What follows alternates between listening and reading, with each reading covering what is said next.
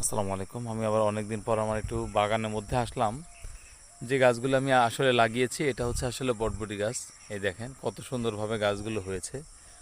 পাতাগুলো lock lock করছে, অনেক সুন্দর এবং অনেক সুন্দরভাবে পর্যাপ্ত পরিমাণে বৃষ্টি থাকার সত্ত্বেও গাছগুলো অনেক সুন্দর আছে, কারণ এটা একটু উঁচা জমিতে লাগানো। মানে উঁচা জমিটা আমি তৈরি করে নিয়েছি। আপনি বলতে পারেন কিভাবে উঁচা জমি তৈরি করে নিলাম। গাছগুলো একটু হচ্ছে মাটিগুলো কেটে নিচু জমি, কিন্তু মাটিগুলো কেটে একটু বাঁধের মতো করে দিয়ে একটু উঁচা করে মাটিগুলো দিয়ে ওর উপরে গাছগুলো লাগানো। তারপরে গাছগুলো থেকে এই গাছগুলো লাগানোর পরে এটা আমি একটু জাংলা করেছি। এই এখানে একটা লম্বা জাংলা করেছি। এটা বটবটি, এটা দেশি বটবটি বলা চলে।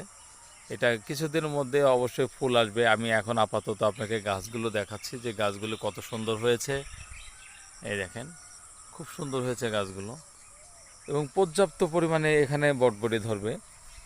এবং এটা দেশি একটা জিনিস এবং হ্যাবিট সুস্বাদু এবং টেস্টি। এরপরে যখন ফুল এবং ফল আসবে তখন আবার একটু আপনাদের ইতে আসবো দেখানোর জন্য। এই দেখেন, আমি এই জন্য আসছিলাম সকালবেলা, আলহামদুলিল্লাহ নামাজের পরে আসছিলাম গাছগুলো দেখার জন্য। আপনারা সকলে ভালো থাকবেন এবং দোয়া করবেন আল্লাহ পাক যেন এই গাছে অনেক প্রচুর পরিমাণে ফল এবং সবজি দেয়, যাতে আমি নিজেও খেতে পারি এবং মানুষকেও দিতে পারি এবং সাহায্য সহযোগিতা করতে পারি। আসসালামু আলাইকুম।